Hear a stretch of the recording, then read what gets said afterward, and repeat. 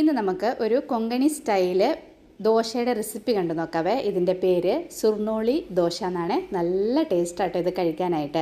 അപ്പോൾ ആദ്യം തന്നെ നമുക്ക് അരി കുതിർക്കാനായിട്ട് ഇടണം. അതിനായിട്ടൊരു പാത്രത്തിലേക്ക് ഞാനിവിടെ 2 കപ്പ് പച്ചരി എടുത്തിട്ടുണ്ട്. ഇതിലേക്ക് ഇനി നമ്മൾ ചേർത്ത് കൊടുക്കുന്നത് ഒരു വലിയ സ്പൂണ് നിറയെ ഉലുവ കൂടെ ചേർത്ത് കൊടുത്തു. ഇനി ഇതിലേക്ക് ചേർക്കുന്നത് നമ്മുടെ കൈപ്പിടിക്ക് 1 കൈപ്പിടി ഉഴുന്നുകൂടെ ചേർത്ത് കൊടുക്കണം. ഇനി ഇതെല്ലാം കൂടെ കൈകൊണ്ട് തിരുമ്മി നന്നായിട്ടൊരു 3-4 പ്രാവശ്യം കഴുകിയെടുക്കണം. കഴുകിയെടുത്തിട്ട് ഇത് കുതിരാൻ ആവശ്യമുള്ള വെള്ളം മാത്രമേ നമ്മളിതിലേക്ക് ചേർക്കുന്നുള്ളൂ.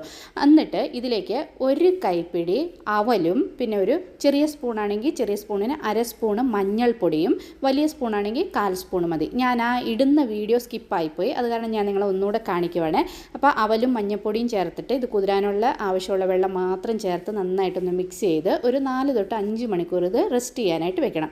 ഞാനൊരു 5 മണിക്കൂർ റെസ്റ്റ് ചെയ്തിരുന്നു. ഇത് കണ്ടോ, അരിയൊക്കെ നന്നായിട്ട് കുതിർന്നിട്ടുണ്ട്. ഇനി ഈ വെള്ളം നമ്മൾ മാറ്റുന്നില്ല, ഈ വെള്ളത്തോട് കൂടിയാണ് നമ്മളിത് അരയ്ക്കുന്നത്. അരയ്ക്കാൻ നേരത്ത് ഇതിലേക്ക് കുറച്ച് ചിരകിയ തേങ്ങ, 1 കപ്പ് ചിരകിയ തേങ്ങ ചേർത്തിട്ടുണ്ട്.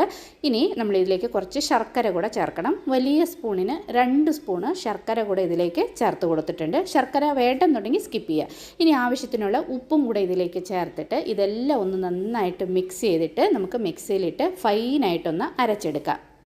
അരച്ചെടുത്ത മാവ് നമുക്ക് വേറൊരു പാത്രത്തിലേക്ക് ആക്കി കൊടുക്കാം.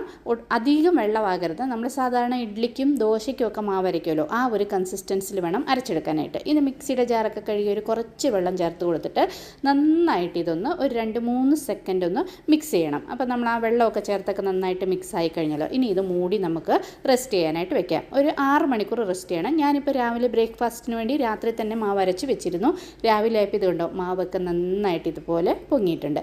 ഇനി നമ്മൾ ഉപ്പൊക്കെ ആൾറെഡി ചേർത്തതാണല്ലോ, ഒന്ന് മാവ് ഇതുപോലെ ഒന്ന് മിക്സ് ചെയ്തിട്ട് ഒരു സമയം ഉണ്ടെങ്കിൽ ഒരു 10 മിനിറ്റും കൂടെ മൂടി വെക്കുകയാണെങ്കിൽ ഒന്നുകൂടെ ഒന്ന് മാവ് സോഫ്റ്റായിട്ട് കിട്ടും.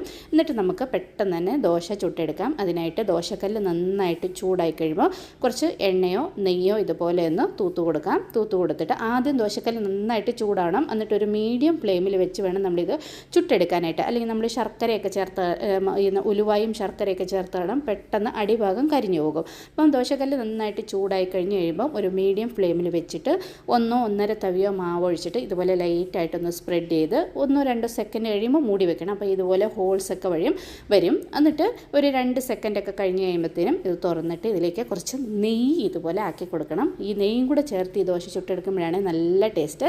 എന്നിട്ട് മറിച്ചിട്ട് 2 സൈഡും വെന്ത് കഴിഞ്ഞ് എടുത്തു കഴിഞ്ഞാൽ നല്ല സൂപ്പർ ടേസ്റ്റ് ആയിട്ടുള്ള സുർണോളി ദോശ ഇവിടെ റെഡി ആയിട്ടുണ്ട്. കുറച്ച് ഉള്ള ജിഞ്ചർ ചട്നിയുടെ കൂടെ ഇത് അടിപൊളിയാണ്. ട്രൈ ചെയ്യണേ.